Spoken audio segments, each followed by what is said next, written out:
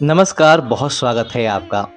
आश्विन माह के कृष्ण पक्ष की प्रतिपदा तिथि से आश्विन माह की अमावस्या तक पितृपक्ष रहता है और इस दौरान कुछ नियमों का पालन किया जाता है।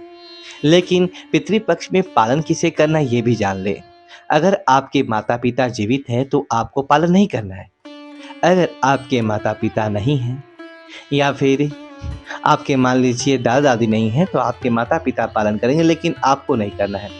ये बात ध्यान रखें जिनके पितृ मतलब पिता नहीं होते हैं या माता नहीं होती है उनको पालन करना चाहिए और अगर आपने गया में पिंडदान कर दिया है तो फिर पालन करने का विधान नहीं है क्योंकि पितृदेव स्वर्ग लोक की ओर प्रस्थान कर चुके होते हैं। दोस्तों, हमने कहा कि कुछ चीज़ें हैं जिसे नहीं खानी चाहिए इस पितृपक्ष के दौरान और श्राद्ध पक्ष इस समय खाना का सबसे ज़्यादा महत्व होता है और पितरों की आत्मा की शांति के लिए पूजा पाठ तो किया ही जाता है और साथ ही इन 15 दिनों में आप लहसुन प्याज का सेवन नहीं कीजिएगा और जैसे सात्विक भोजन ही घर में बनना चाहिए और उसमें नॉन वेज अल्कोहल का तो बिल्कुल भी सेवन नहीं करना है। उड़द की दाल नहीं खानी चाहिए इस समय और बासी भोजन नहीं खाइएगा क्योंकि पितृपक्ष में बासी भोजन करने से स्वास्थ्य समस्या भी होती है और स्वास्थ्य की दृष्टि से यह हानिकारक है। चना और चना का सत्तू नहीं खाना है पितृपक्ष के दौरान और मूली, कद्दू जिसे लौकी कहते हैं, खीरा ये भी श्राद्ध पक्ष के दौरान खाने पर मनाही है हमारे शास्त्रों में। काला नमक का इस समय सेवन नहीं किया जाता है और आप सादा नमक खा सकते हैं। मसूर की दाल तो बिल्कुल भी नहीं खानी चाहिए और अगर आपका सब कुछ अमावस्या के दिन आप ब्राह्मणों को यकीन करें वक्त मुक्तों को खाना बनाने के बाद कुछ भी खाइए, कुछ भी दिक्कत नहीं है। लेकिन इस समय इन चीज़ों से परहेज कीजिएगा। ऐसा करने से पितृदेव प्रसन्न होते हैं। वैसे तो विधान है कि भूमि के नीचे यानी जमीन के नीचे से निकलने वाली चीज़ भी नहीं खाई जाती है, लेकिन कुछ चीज़ें जैसे मेन है आपको बैगन, साग, लहसुन, प्याज, नॉन वेज ये सब मांस मदिरा भी कहते हैं और सत्तू इन चीज़ों का सेवन मत कीजिएगा और तुलसी के पत्ते आप खा सकते हैं, ये भी बहुत अच्छा है। संभव हो तो आप गंगा जल डाल के जल में स्नान कीजिएगा।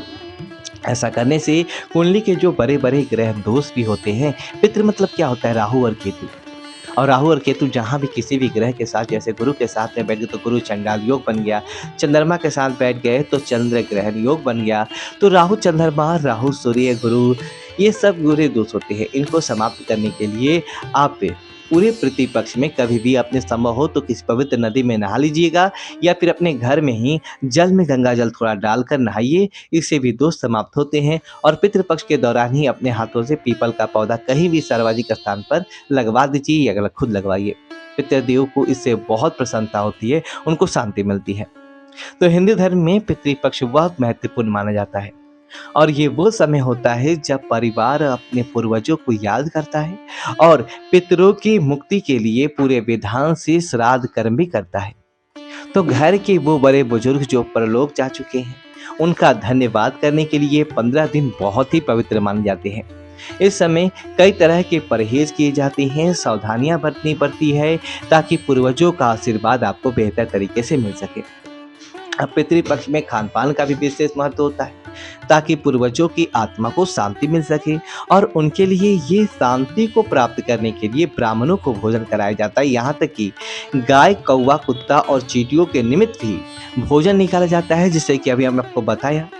अगर हम शास्त्रों की माने तो कुछ चीज़ें ऐसी हैं जिनको सेवन पितृपक्ष के दौरान नहीं करना चाहिए। तो चलिए जानते हैं विस्तार से कि पितृपक्ष में क्या नहीं खाना चाहिए। अगर हम सबसे पहले लाते हैं गाय का दूध।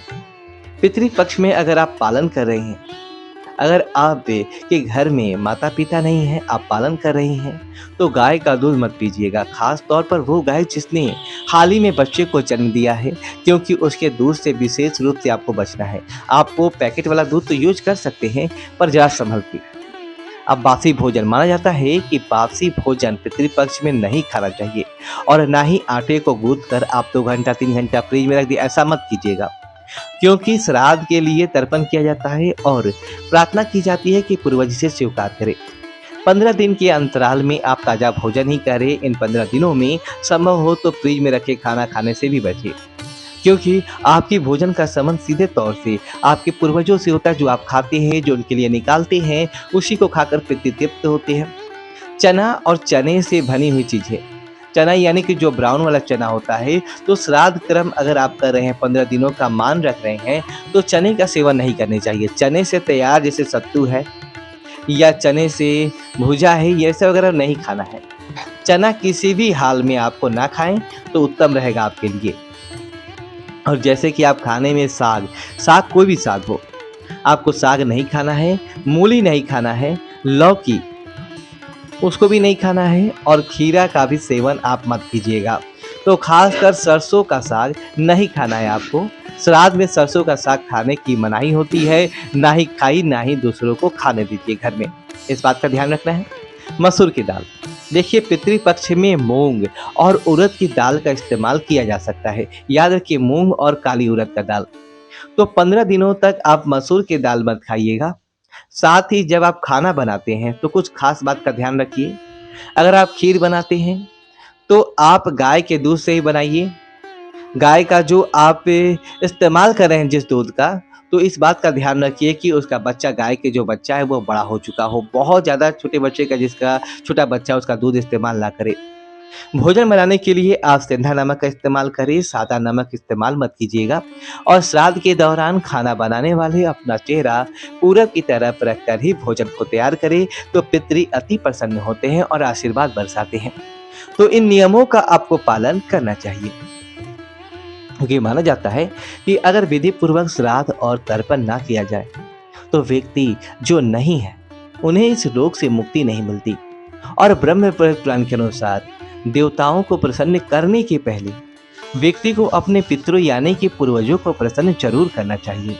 अगर हम ज्योतिष की माने तो पितृदोष सबसे जटिल कुंडली का दोष है, और पितरों की शांति के लिए हर वर्ष भाद्रपद मास के शुक्ल पक्ष की पूर्णिमा से आश्विन कृष्ण पक्ष की अमावस्या तक के काल को पितृपक्ष कहा जाता है और इसे श्राद्ध किया जाता है। हालांकि इस समय ये भी माना जाता है कि कुछ समय के लिए यमराज पितरों को आजाद कर देती है, ताकि वह अपने परिजनों से श्राद्ध ग्रहण कर सके। ब्रह्म पुराण में एक और चीज है कि उचित वस्तु, उचित काल या स्थान पर पितरों के उचित विधि द्वारा ब्राह्मणों को सदा पूर्वक दी जाए तो श्राद्ध कहलाता है। श्राद्ध का मतलब ही होता है सदा, और श्राद्ध के माध्यम से पितरों को तृप्ति के लिए भोजन पहुंचाया जाता है। वैसे तो पिंड के रूप में पितरों को दिया गया भोजन श्राद्ध का अहम हिस्सा होता है। मान्यता है कि अगर पितृ रुष्ट हो जाए तो मनुष्य को जीवन में कई समस्याओं का सामना करना पड़ता है, और पितरों की अशांति के कारण धनहानि होती है, संतान की समस्या होती है, संतानहीनता होती है। तो ऐसे में पितृपक्ष के दौरान श्राद्ध अवश्य करें ताकि पितृ प्रसन्न हो। श्राद्ध में तिल, चावल, चौका, चमार महत्व है। तो आपसे विदा वीडियो को लाइक करें, कमेंट बॉक्स में ओम नमः शिवाय लिखें और हमारे चैनल सब्सक्राइब करें। धन्यवाद दोस्तों।